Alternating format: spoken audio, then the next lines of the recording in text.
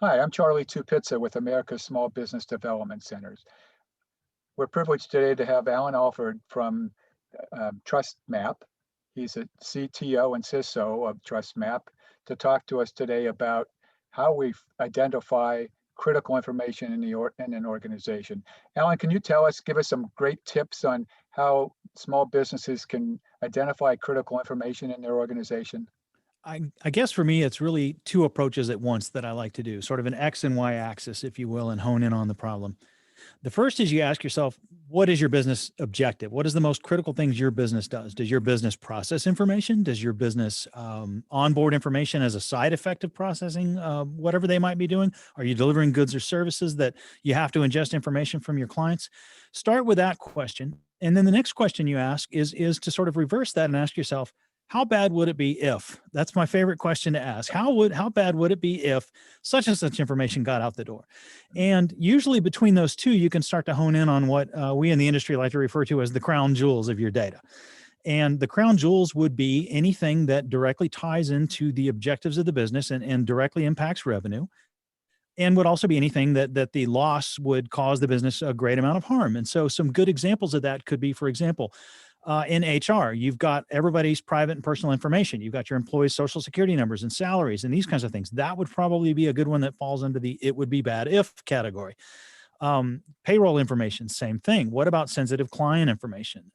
Same thing there. That one might be something you find through your business objectives, might be something you find through your what if the bad thing happened scenario.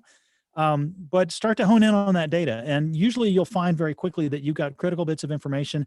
It might be intellectual property is another good example from the business objectives piece, where you might have something like, let's say you manufacture hardware. You've got hardware design plans. You've got software source code maybe. You've got the secret recipe for the cookies you bake. Anything that counts as intellectual property would be one under that business category. And start by asking those very broad stroke questions. Well, that's great because, when we're talking to businesses, many of them think they don't have anything that's important, that no one would want the information, right? So why am I doing anything about this? It's funny that you mentioned the cookie recipe because we do feel that there's a great application for this even with restaurants, and restaurants don't think they have important information. Many of them don't. And so I'm glad that's a great example. Yeah, it's interesting to me as well. Even my wife's in the medical field and owns her own small practice, and small practices in the medical field are especially vulnerable to the bad thing happening. You've got very sensitive information about your patients. You're small. You probably don't have the millions of dollars of defenses that the big guys have, and so it's really vital and really important that you understand what that information is, where you store it, and how you protect it. We're seeing, obviously, with our North Star CMM program, that we see that there's an interest from our perspective, to help small businesses identify that information with our advisors and with business sponsors like yourself, help them understand that they actually have a responsibility to protect that information, like California Consumer Protection Act, all these different things that are happening out there that will cause great pain if this information is breached.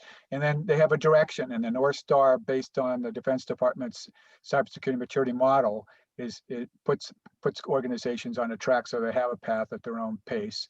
And we're showing that this is not just something for the Defense Department, that it's applicable in all business sectors. So is there anything that you're seeing, particularly in level one, that addresses this, that like helps organization understand this?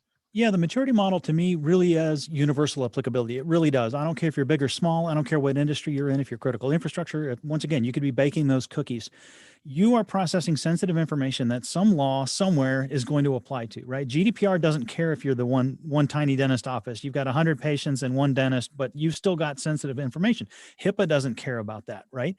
You don't want that one cookie recipe getting lost if that's your bread and butter, which I guess are two ingredients in cookies.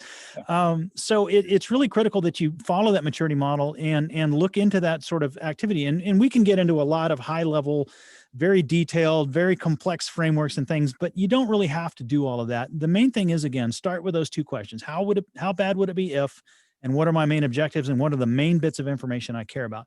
Start with those, and then understand your processes. Reach out, work with SBDC, and find out what help you might need and guidance you might need. But it's a great idea to start with that maturity model, and take a look at it and understand where are you, because the odds are you've got a very low level of maturity if you're first asking the question, how mature am I? Right.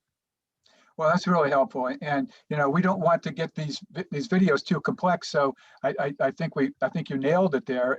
And sometimes we think we have to go on and on about things, but those are the best questions to ask at the beginning. I really appreciate your time today, Alan, and look forward to working with you in the future as a sponsor and seeing what happens next. Thank you.